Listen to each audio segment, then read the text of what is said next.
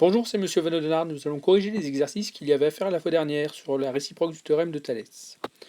Donc, ici on a bien deux triangles, un grand triangle ainsi qu'un petit triangle. Le sommet commun ici c'est E. Donc pour nos quotients, d'accord, il y a de nombreuses erreurs là-dessus. Il faut commencer par la lettre E. D'accord, donc j'écris mes quotients E quelque chose sur E quelque chose et E quelque chose sur E quelque chose. Pour trouver les lettres qu'il y a à mettre en haut et en bas, c'est pas dur, on prend des points alignés. Par exemple, EI ici dans le petit triangle est aligné avec EH dans le grand triangle.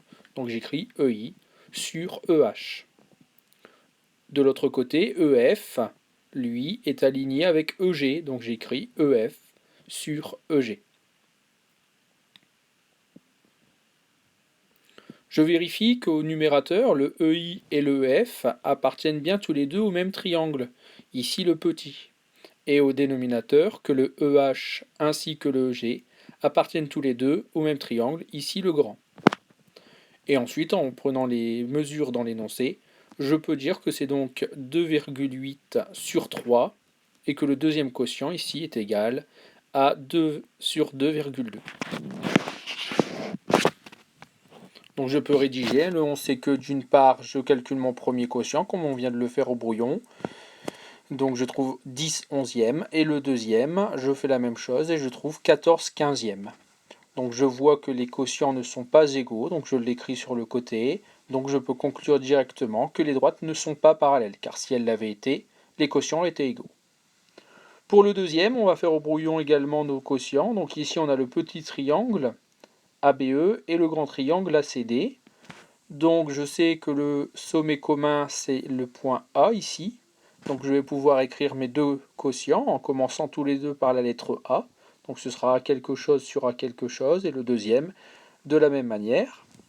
Pour trouver les lettres qu'il nous manque, donc on prend des points alignés. Ici dans le petit triangle on a AB qui est aligné dans le grand triangle avec AC.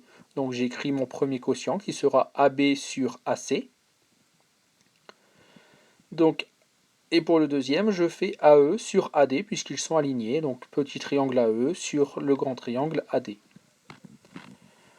Pour trouver donc AB sur AC, je vais remplir. Donc ici, AB fait 4,5. Par contre, pour AC, il y a une petite astuce. Il faut ajouter le 4,5 au 0,5.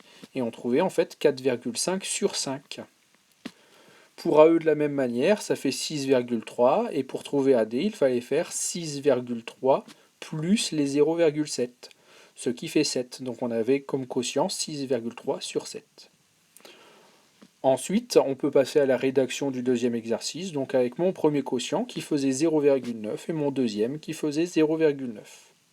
Donc j'ai mes quotients qui sont égaux. Je n'oublie pas d'ajouter que les points sont alignés dans le même ordre, et grâce à la réciproque du théorème de Thalès, je pourrais conclure que les droites sont parallèles.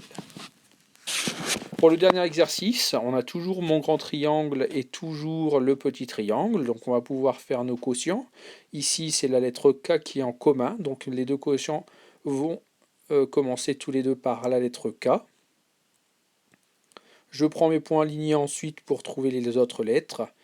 Donc qu'est-ce que j'ai ici comme aligné? J'ai le point K avec M et KO, donc ce sera KM sur KO. Et enfin, je vais mettre KL sur KN. Alors ici, l'unité n'était pas le centimètre. On va plutôt utiliser comme unité ici tout simplement le carreau. Donc si je regarde KM faisait 1 carreau, et KO lui faisait 4 carreaux. Donc mon quotient est égal à 1 sur 4.